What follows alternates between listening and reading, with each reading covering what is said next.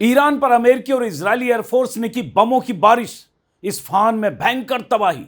Iran वार में फंसे Trump जंग से भागने की कर रहे हैं तैयारी। अमेरिकी अखबार वॉल स्ट्रीट की रिपोर्ट में खुलासा। जंग में अरबों डॉलर फूके जाने से परेशान ट्रंप, जारी किया फरमान, अब खर्चा उठाएं खाड़ी देश। स्ट्रेट ऑफ हॉर्मुज से अब टोल वसूली करता रहेगा ईरान। ईरानी संसद ने पास किया प्रस्ताव। इजरायल की संसद ने पास किया नया कानून। टेरर अटैक के आरोपी फिलिस्तीनियों को अब सीधे फांसी।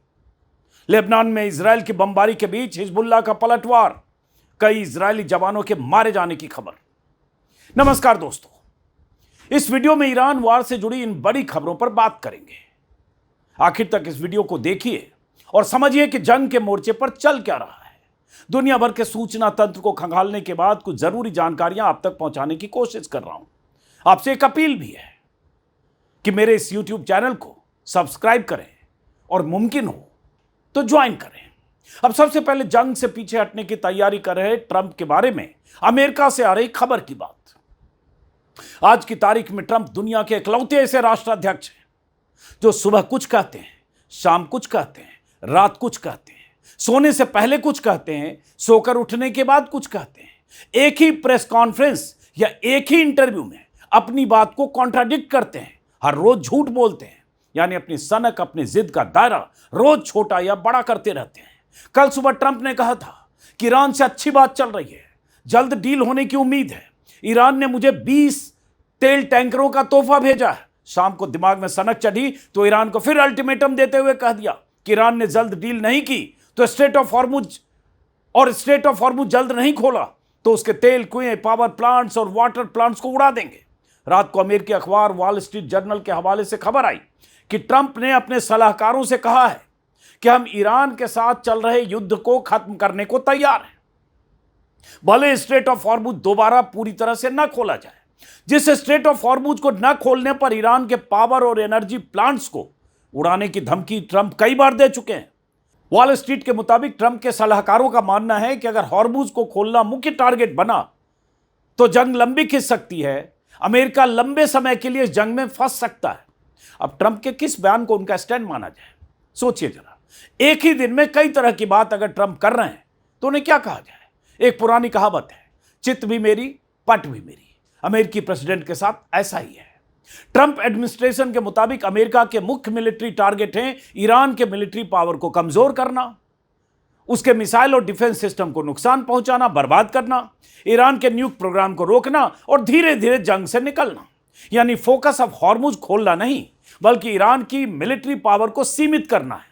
WSJ की रिपोर्ट के मुताबिक अमेरिका खुद हॉर्मुज को खोलने का पूरा जिम्मा नहीं लेना चाहता। वो चाहता है कि यह काम अन्य देश करें या अंतर्राष्ट्रीय प्रयासों के जरिए किया जाए।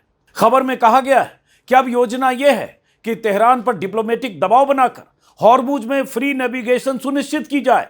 अमेरिका अब चाहता है कि खाड़ी देश भी हॉर्मुज खुलवाने के संघर्ष का नेतृत्व करें। यानी ईरान पर हमला करके जंग अमेरिका ने शुरू की। अब जब ईरान में उसकी गर्दन फंस गई है, धमकियों और चेतावनियों से स्ट्रेट ऑफ हॉर्मुज खुलवाने में जब नाकाम हो रहा है तो अपनी गर्दन निकालकर जंग से एग्जिट करने के रास्ते तलाश रहा है। हालांकि ट्रंप ने यह बात कल रात कही है। अब आज जब सोकर उठेंगे तो क्या कहेंगे कोई नहीं जानता। कुछ दिन पहले भी जब स्ट्रेट ऑफ हॉर्मुज खुलवाने के लिए नेटो देशों ने अपनी युद्धपोत भेजने से इनकार कर दिया था, तब बौखलाहट में ट्रंप ने न सिर्फ उन्हें कायर और पेपर टाइगर कहा था बल्कि यहां तक कह दिया था कि इस रास्ते से अमेरिका का कोई लेना देना नहीं, हम तो इधर से तेल मंगाते ही नहीं है। जिन देशों को इस रास्ते से तेल का व्यापार करना है वो जाने कि वो कैसे खुलवाएंगे। अगर उन्हें अमेरिका की मदद चाहिए तो हम तैयार हैं।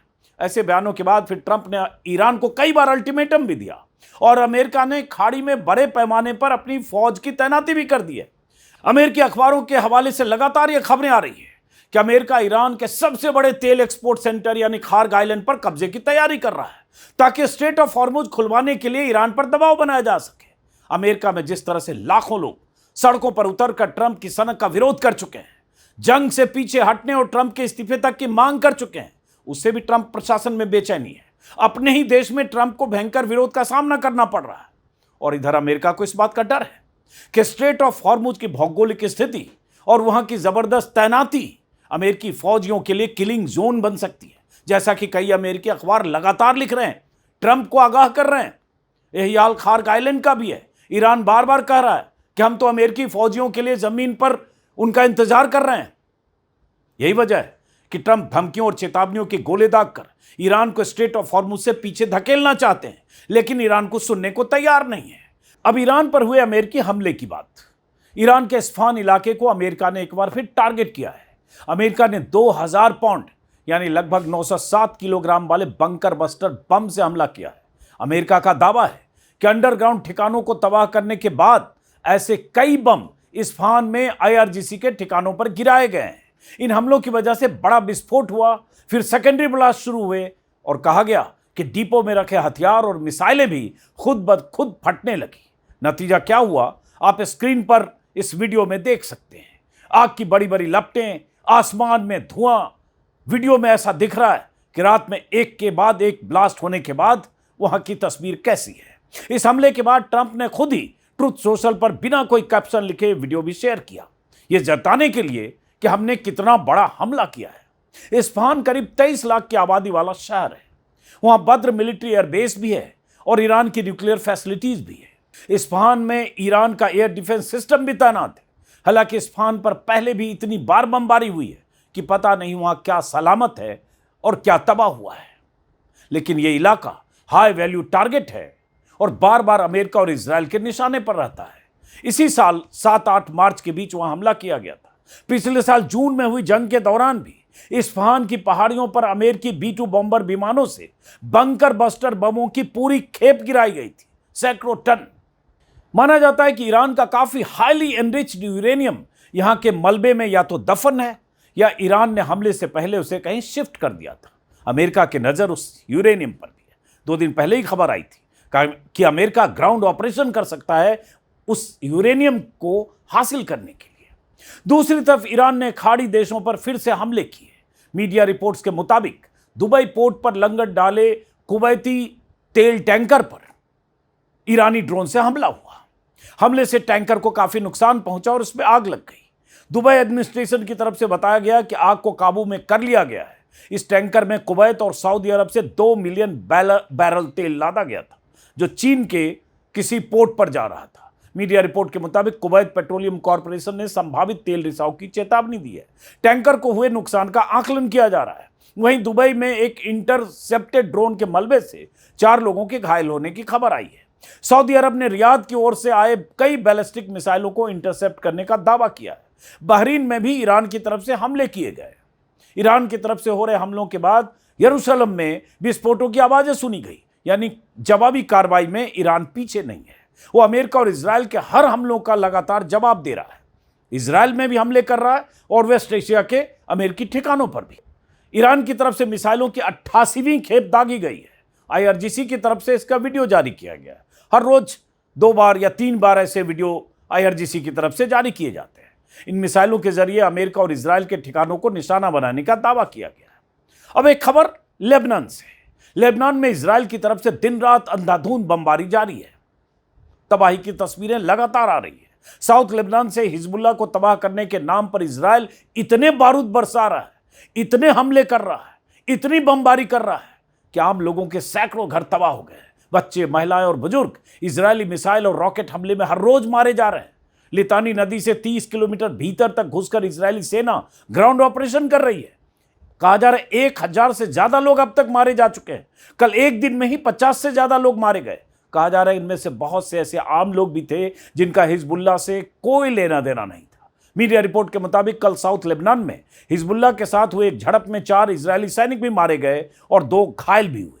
ईरान के प्रॉक्सी कहे जाने वाले हिजबुल्लाह ने दावा किया है कि उसने पिछले 24 घंटों में 40 से ज्यादा हमले किए। ये हमले मुख्य रूप से उत्तरी इजराइल और बॉर्डर रीजन के पास हुए।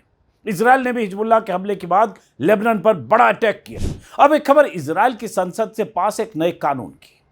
गाजा और फिलिस्तीन के लोगों के लिए बेरहमी और दरिंदगी की सारी सीमाएं लांघने का वर्ल्ड रिकॉर्ड बना चुके इजराइल ने अब एक नया कानून बनाया है। इस कानून के मुताबिक इजराइल ने अगर किसी फिलिस्तीनी को आतंकी हमले के आरोप में पकड़ा तो उसे सीधे फांसी की सजा मिलेगी। इजराइल की संसद ने इस कानून को पास कर इस पर अपनी मोहर लगा दी है।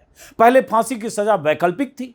अब इस नए कानून के पास होते ही ऐसे मामलों में फांसी की सजा अनिवार्य हो गई है।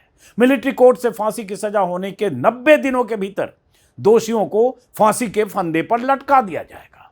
अपील और माफी की गुंजाइश भी लगभग खत्म कर दी गई है। यह कानून खास तौर पर सिर्फ फिलिस्तीनियों पर लागू होगा।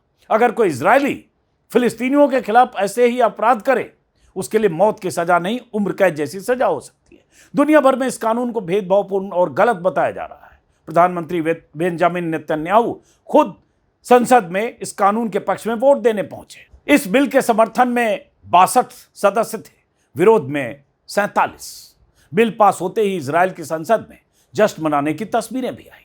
सबसे ज्यादा जश्न मनाया इजराइल के नेशनल सिक्योरिटी मिनिस्टर ने। यह कानून उनकी पार्टी का पुराना एजेंडा था। कानून पास होते ही उन्होंने शैंपेन की बोतल खोली, लोगों के बीच डेजर्ट बांटकर जश्न मनाया।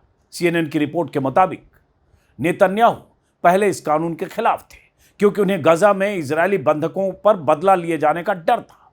लेकिन गाजा में सीज फायर के बाद उन्होंने अपना रुख बदल लिया है और खुद संसद पहुंचकर इसके पक्ष में वोट किया।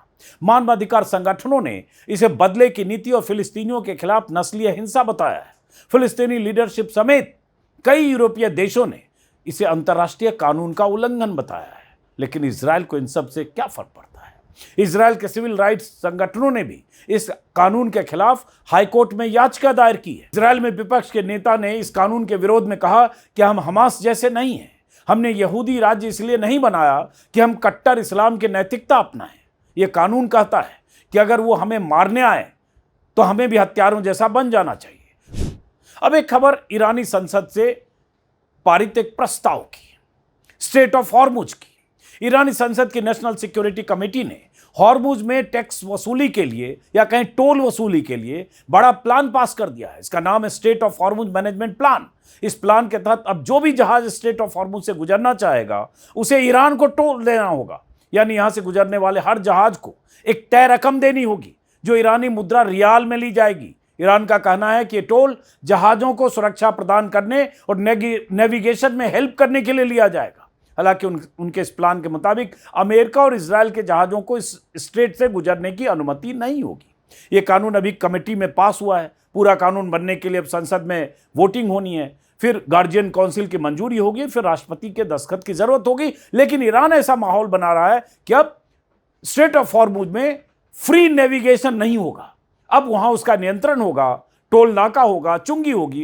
पहले भी मैं कई बार वीडियो में ये बात बता चुका हूं कि स्ट्रेट ऑफ हॉर्मुज का जो वो संकरा पैसेज है 32-33 किलोमीटर का, उसमें 12 नॉटिकल माइल तक ईरान का टेरिटोरियल वाटर है और ईरान वहां चुंगी नाका लगाकर बैठ गया है। अब यही बहुत बड़ा सवाल है कि अगर ईरान इसी तरह से खूंटा गाड़ कर बैठा रहा और इस तरह से उसने कानून बना दिया तो आने वाले दिनों में क्या होगा, इस पर नजर होगी।